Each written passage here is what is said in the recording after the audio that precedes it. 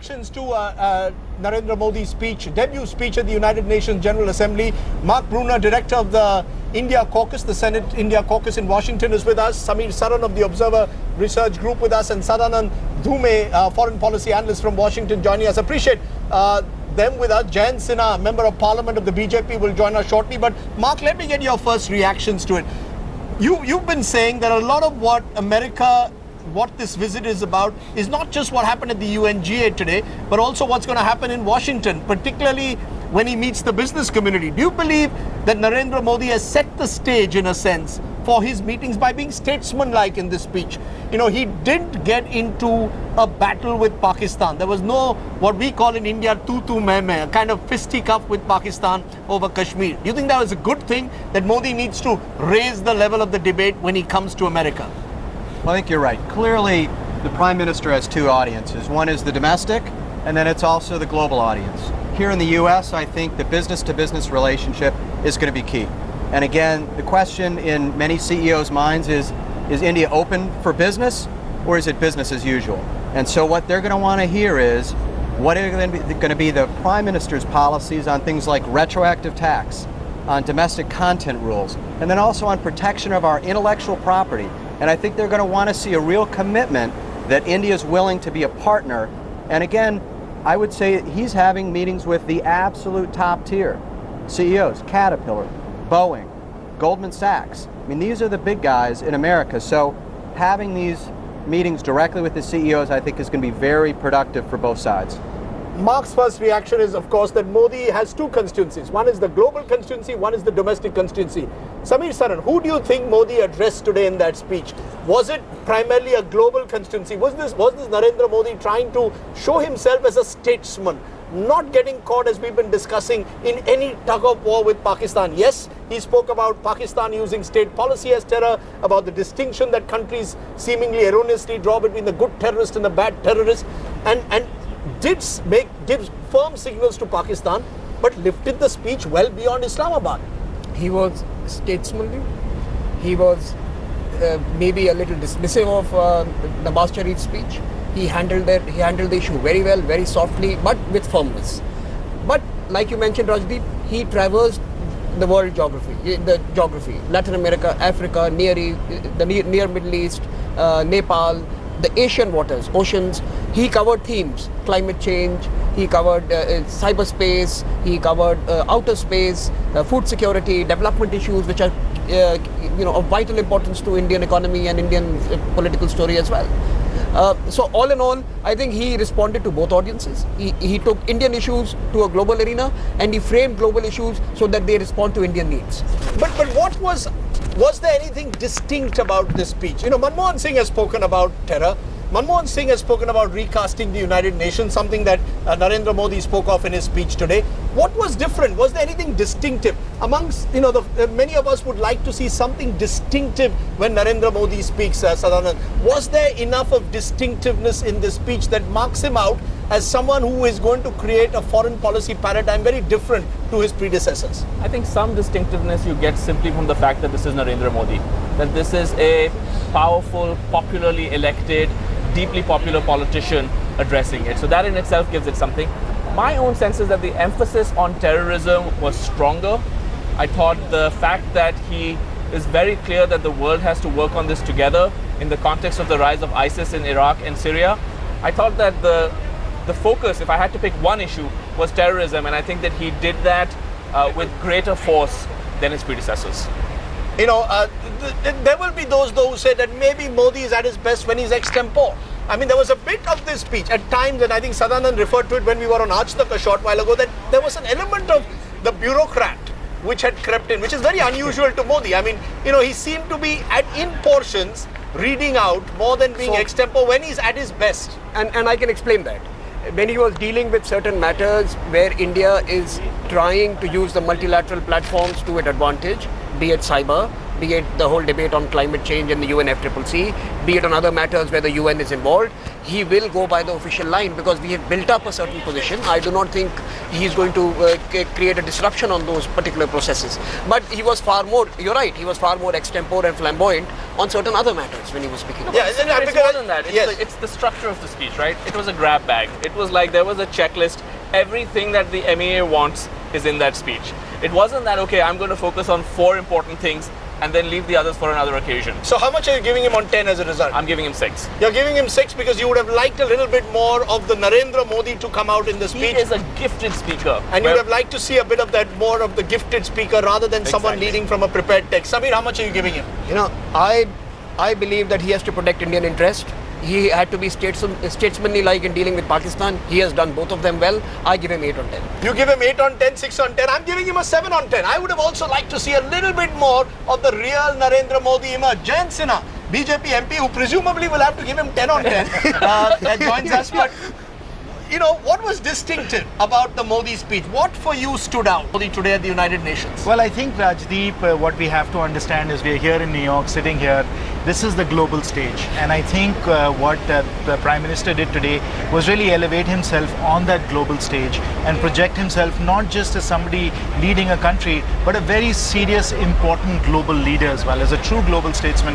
And when people make a list of the top 3 or 4 or 5 people that are going to shape the way the world really sort of takes on important issues, he's really projected himself today. And this is his first speech at the UN General Assembly, his first speech among a large number of global leaders. He's really been able to elevate himself to that level. I think that's a remarkable accomplishment based both on his speech and his activities in New York. I'd give him a 10 on 10. Yeah, I knew you'd give him a 10 on 10, but would you not have liked to see him give me an overarching view of India's foreign policy in terms of the way Narendra Modi sees foreign policy? He hit all the right buttons. He spoke about terrorism, he spoke about development, he spoke about India's place in the world order in terms of India should have a seat on the UN Security Council.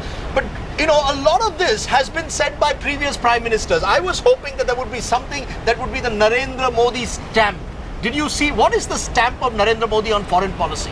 No, I think he said that when he said that Vasudev Katukumbam, which is all the world is one family, and we have to all pull together to deal with these issues. And he particularly singled out global terrorism. He didn't say that there is good terrorism or bad terrorism. There's global terrorism because terrorism is a crime against humanity, and we are all part of the same humanity. And it's those issues of terrorism, climate change, and so on that we have to work together on. And as I said earlier, because of the manner in which he spoke, the manner in which he addressed the issues, people really see him now as being one of the global leaders who can take on these issues that really pertain to all of humanity, not just India. He also interestingly spoke of yoga. To a world audience, yoga is a good way to sell India, but it's also an old Orientalist way almost to sell India. And I come back to it. What would I was hoping that I would see Narendra Modi there, which is the only reason I'm giving 7 and not an 8, which is that I would have liked to see that one thing that would have been, really casting him as different to his predecessors. See, Rajdeep, where I agree with you is that we didn't see as much of his personality That's right. as when we see him at his best. Where I disagree with you is that I think it's a little bit unfair to expect great newness in content. This is the Prime Minister of India. The Prime Minister of India represents Indian interests, whether it's Manmohan Singh or whether it's Narendra Modi. So there's a continuity in foreign policy. There is a continuity in foreign policy. Exactly. Particularly the MEA hasn't changed. If prime ministers have changed, the MEA hasn't. You can't expect content to change dramatically. In fact, let me be provocative here. Yes. I think the Joint Secretary Prime Minister nexus in this government is stronger than ever before. Right. It is highly likely that what the bureaucrats really do believe to be Indian interest will be something that Narendra Modi will pay heed to. Sure. Because he spends more time with the GSS than his predecessor did. What I will say is that I don't think any prime minister has spoken as resolutely about cyber security, for example, that Mr. Modi did. So clearly there was an attempt. I mean that was one issue which I don't think I've heard previous prime ministers speak about that. I was hoping he'd speak more about climate change and environment, which was perhaps missing in his speech. But there is a sense that what are the 2 or 3 elements that you believe will now form the basis of Mr. Modi's foreign policy? What do you think are the 1 or 2, 3 elements that will form the basis going ahead? No, I think the three elements were very clear in the speech, and I think the first and important thing that he said was the world's a family. We've got to all work together. We've got to deal with these issues together. I think the other very important element in his foreign policy, which he's shown right from his inauguration as well, is that we have to really make sure that our neighborhood is stable and safe and peaceful, and that's a very important priority for him. He certainly is putting a tremendous amount of emphasis on that. And the third element, which I think is very unique, and you all said that it was really something that at some level the bureaucrats and others have really put together. But I think there's one very important, both the neighborhood part as well as the fact that he's emphasizing and re-emphasizing the role of technology is very much the Prime Minister's thinking and very much his guidance on our foreign policy. So I think in that sense, I think you make an important point about technology, and I think that's where I'm going to see more of the Modi stamp. Let me go to Gaurav Sawant for a moment, who's outside UNGA with the entourage that is following Narendra Modi. He is the Pied Piper of New York as far as Indian Americans are concerned. So out there, a lot of people have come in, I'm told, Gaurav, also from India. A few I met even from Gujarat who have been tracking Narendra Modi, a lot of his supporters who've come here to New York almost to cheer him on as cheerleaders. What are the cheerleaders of Narendra Modi saying there down at the United Nations? Rajdeep, the excitement here is tremendous. The number of people who turned up, and if we could just look around, there are Narendra Modi cutouts all over this place. America loves Modi. We love Prime Minister Modi. Those are the kind of banners and posters that have come all over this place.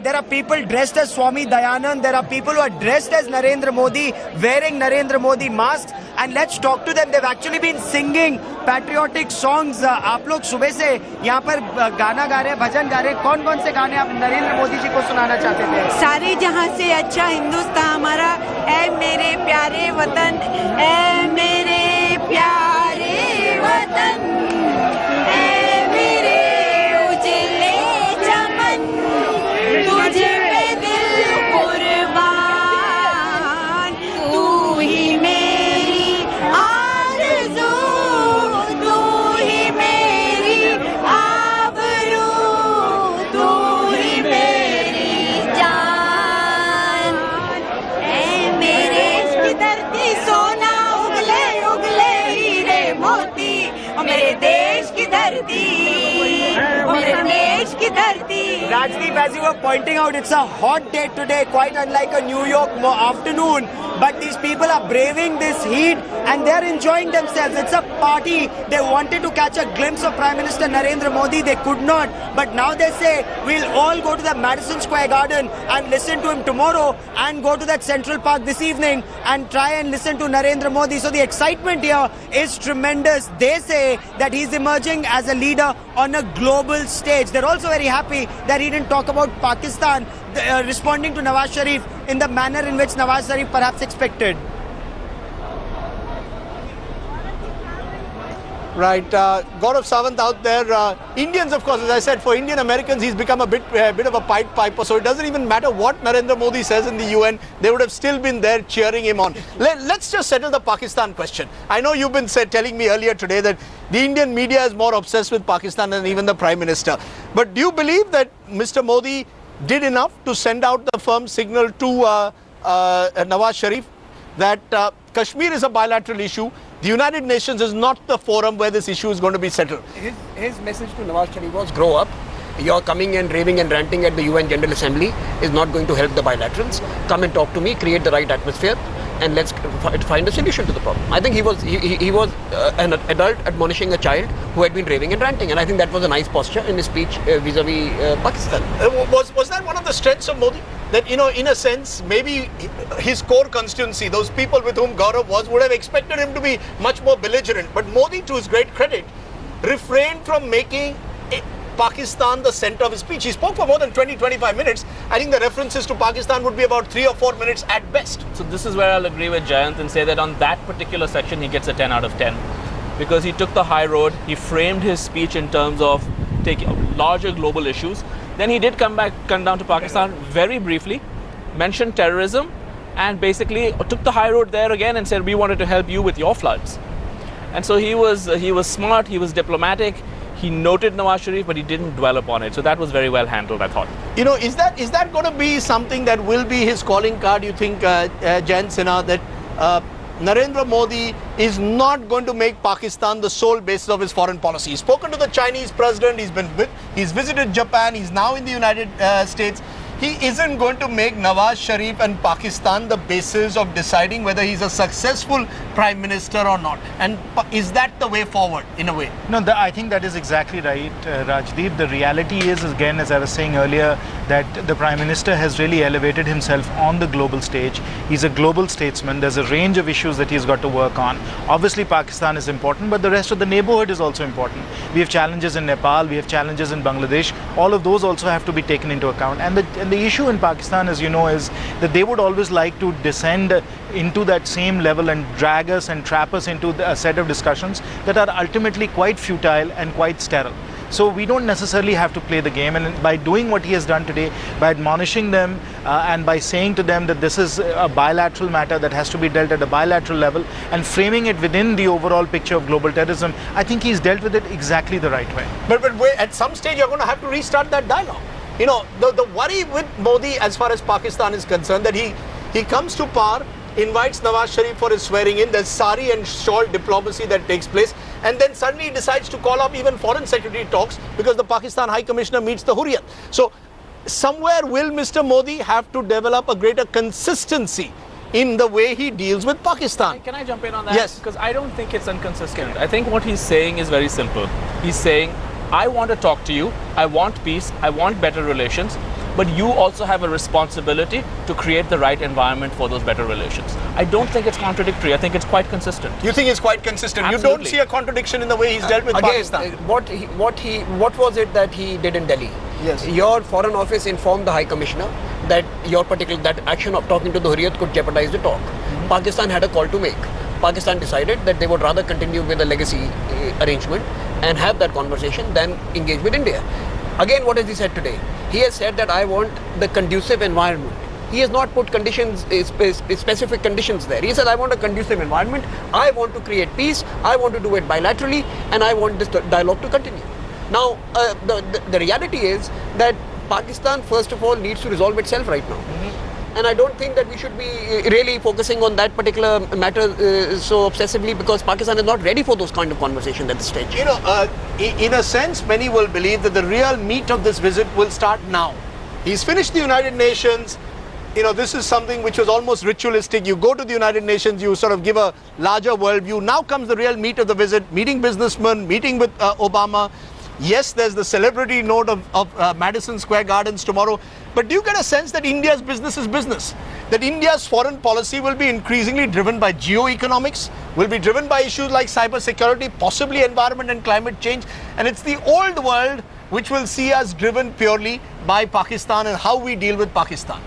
No, I think, Rajdeep, you're exactly right. India's business is to provide prosperity for all. I wouldn't say it's necessarily business, because there's a lot that we have to do as far as social programs, welfare programs are concerned and so on. But really what is central and most important for us right now is Sabka Saath, Sabka Vikas. We've got to bring economic development to all our people.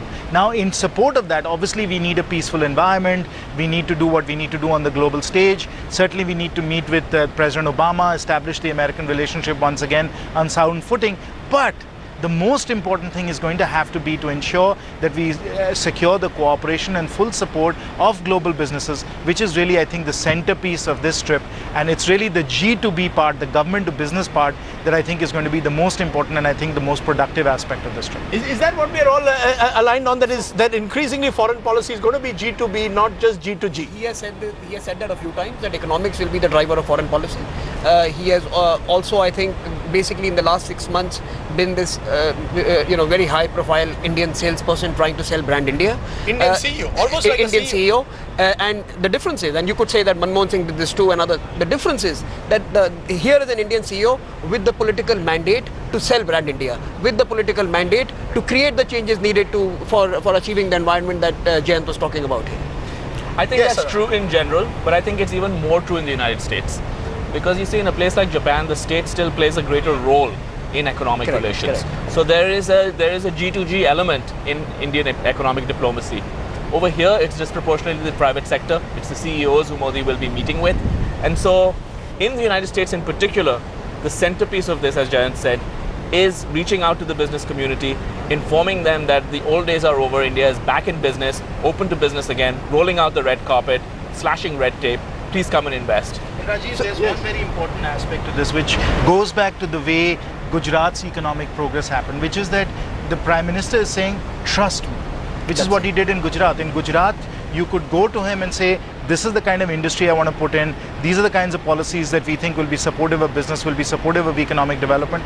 And when you sat across the table with the Chief Minister then and said, this is what you would like to accomplish, he would look you in the eye and say, yes, we'll get it done. And it's exactly that same personal credibility, that ability to roll up his shirt sleeves and get things done that he's bringing to India right now. And that's what he's going to communicate to all these global business leaders that he's going to be meeting over the next few days. I also find it interesting that, most of his bilaterals are with South Asian leaders, Rajapaksa with the Nepal Prime Minister, with the Prime Minister of Bangladesh.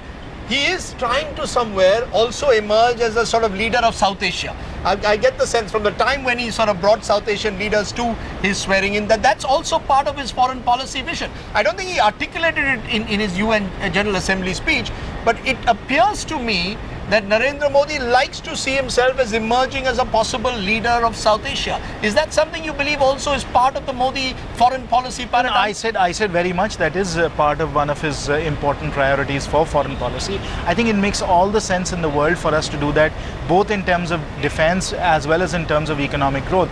As far as defense is concerned, if we have good relationships with all of our neighbors, we deal with some of the challenges that they are facing, we are facing, whether it's climate change, whether it's growth, whether it's trade. I think it really creates a peaceful neighborhood so that we can go ahead and pursue our own economic progress. And then, of course, because of the fact that we are the largest player, obviously, in South Asia, because our industries and our businesses are the most well developed, for us, even from an export perspective, opening up a Bangladesh, which is 175 million people, is a tremendous opportunity for us as well. Can I just raise one final point, which is, I'm getting it on Twitter because I said that Modi was not on the front page, certainly of the New York Times this morning. He's not. Apparently, he is in an international edition at the moment. But in New York, what is it that Narendra Modi needs to do in an American worldview which is dominated by ISIL? You said to me earlier that maybe Obama at the moment doesn't have the appetite to perhaps engage with India because he is at the moment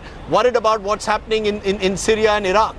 Do you believe that Mr. Modi can be a partner, I'm not even using the word ally, be a friend in this war against terror and thereby sort of remove the mistrust of the last 18 months, reboot this relationship with the United States? So I think that is going to be the key deliverable of this visit. The key deliverable is rebooting. Is resetting the relationship, rebooting the relationship after 2 years where both countries had dropped the ball.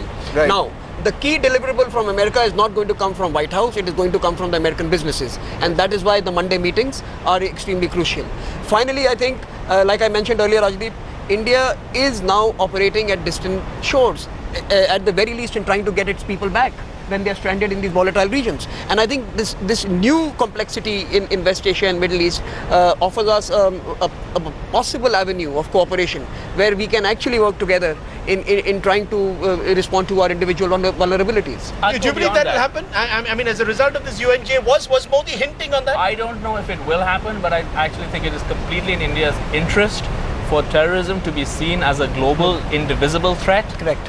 For India to take a position on ISIS and not treat it as, well, this is in a neighborhood that doesn't affect us directly. This is part of a continuum. It grows out of an ideology. And I think that Modi was definitely hinting in his speech that is his own worldview also. No, but do we only provide moral support? We provide principled support. Can we go beyond that? Do the Americans expect a little bit more from us? I don't think anyone realistically expects India to be running airstrikes or boots on the ground. But India can provide vocal moral support. Vocal moral support. And some logistics as well. Okay, vocal moral support. No, logistics as well? Yes, because we are sending ships too. I don't think it will happen. Let me explain to you. We have been operating our carriers to bring our people home, haven't we? Yes. Now, if this is done as part of a global coordinated effort, why not? If we were to bring Bangladeshis back as well, would it harm our image and reputation as being a regional leader? You almost seem to be suggesting that India should put boots on the ground. Not boots on the ground. If I'm evacuating my people, I think it is incumbent on me to also think about the region. If there are people from Bangladesh, Sri Lanka stuck in other parts of the world, why can't India take leadership in bringing those people back? Jen, let me give you a final word on that. Terrorism. I agree. You know, 25-minute speech, I think Modi referred to terrorism at least half a dozen times. So, you know, it is a common, you know, it is a shared interest with America. We can see that the enemy is common in a way. Do you believe that as we talk of geoeconomics, we will also have to look at global terror as the other major sort of underpinning of this relationship? No, I think the Prime Minister has been very artful in the way in which he has positioned India in this whole global war on terror. Because on the one hand, he's talked about the forces of order, the forces of civilization, humanity, democracy, human rights, all of that, which is what we all subscribe to. And on the other hand, he's talked about the forces of disorder, the crimes against humanity which terrorists are doing. And so by doing it that way, by positioning it in that manner, he is building that coalition and really establishing India as one of the leaders of that coalition to deal with these forces of disorder. Of course, we are being impacted by that in our own country, but this is a very global phenomena. There are people that are moving around all of these across these borders. They're getting support, they're getting a lot of help from people across borders, and by tamping down on that and by working on all of that, I think it really opens up an opportunity for us to be part of this winning coalition. Okay, so we've got a sense of first reaction. Now, you know, Jan Sinha, remember, is part of the cheerleaders of Narendra Modi, and I've been saying it openly. I said it at the India Today roundtable yesterday. He should be in government. I don't know why he's not in government, and I hope he will be soon. One of the more articulate voices of the Bharatiya Janata Party. Samir Saran has already given an 8 on 10, so Modi should be satisfied. Only 3 people who are cheerful today: Facebook, Twitter, and Baba Ramdev. Facebook, Twitter, and Baba Ramdev finally finds, but he could have mentioned Baba Ramdev. This is on a lighter note. But on a lighter note, Baba Ramdev and yoga find themselves on the high table of the United Nations. Sadanand Dhume would have liked to see, I think, a little bit more of imagination, perhaps, if I may use the word, from Narendra Modi in his speech, but he's giving him a 6 on 10. I think the overall sense one gets is that Modi's made a fine debut at the UN General Assembly. He's got more opportunities to wow the US audience. Tomorrow, Madison Square Gardens, or Modison Square Gardens as it's being called tomorrow. And then on Monday with the business leaders, some of the top business leaders of America, and then on Tuesday with Barack Obama. So there's plenty more of Modi's Mission America here on Headlines today, and we'll come back with much more as we get reactions from the ground here in New York. We expect an official statement from the Ministry of External